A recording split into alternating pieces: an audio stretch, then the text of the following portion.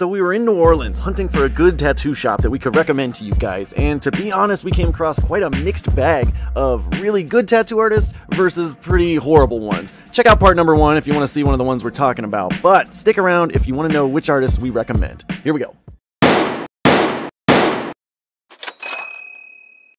Hello, welcome to the show. This is HackHunter, where we review some of the best and worst tattoo artists in your cities. And this week we head out to New Orleans, Louisiana, and we found it's 50-50. You might end up with a tattoo artist that butchers the hell out of you, or you might end up with an amazing artist like the one we found here. So stick around for the artwork of Justin Olivier.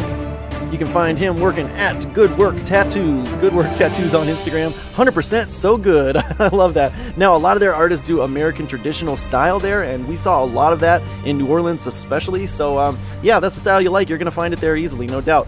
But we're going to be talking about Justin's today. If you want to find him on Instagram, Justin Olivier Tattoo on Instagram. Always do your own research, guys, but I'll show you what I found. Boom! Going to start off with this back piece because, wow, this is just beautiful. Now, a lot of people nowadays are doing and getting this style, this stippling style. We're seeing so much of it lately, and I love to see when an artist does it this well, especially something so large like this. He's mixing that stippling style with like American traditional style, in this case Japanese traditional style, but yeah, it just looks beautiful. He's mixing bold line weights with thin line weights and coming up with a really creative, unique style of his own.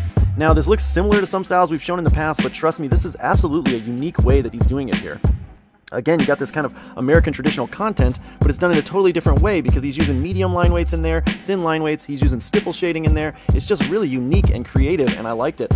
Really bold, obvious, clean art, and that's what I really appreciate. That's what I encourage you guys to look for in a tattoo artist, where the artwork is just clean, obvious, clear detail, and they do it well.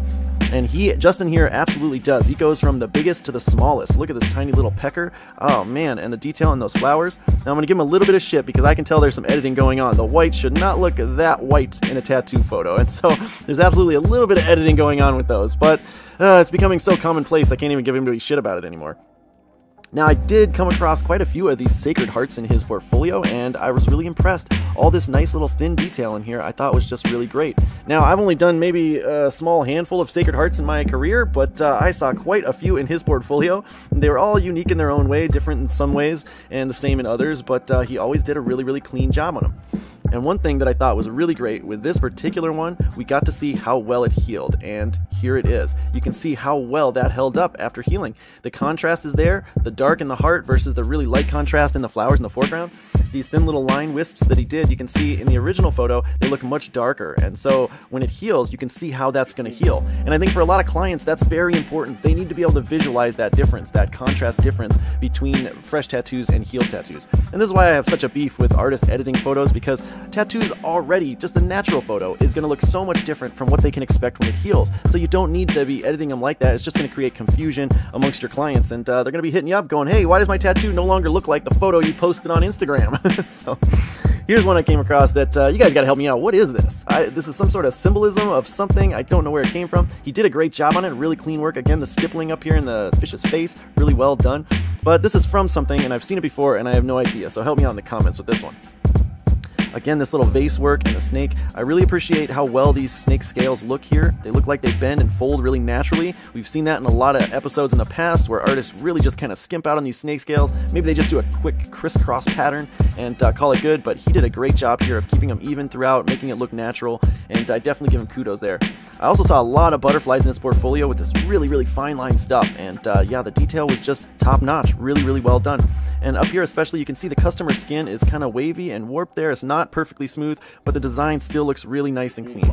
Again though, gonna give him shit about those white dots. That is way too bright to be natural, so watch out for that when you guys are looking for a tattoo artist. You gotta know what's natural versus what's edited.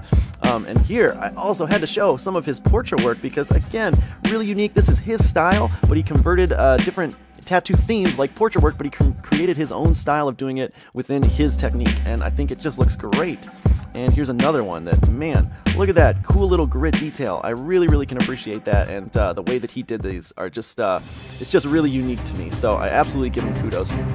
Justin Olivier, 100% goes on our approved list. Go check him out at Good Work Tattoos there in New Orleans, Louisiana. Now, check out part number 1 if you guys have not seen it, because, oh my god, you're not going to want to miss it. But otherwise, we'll see you in the next city, guys. Okay, bye-bye.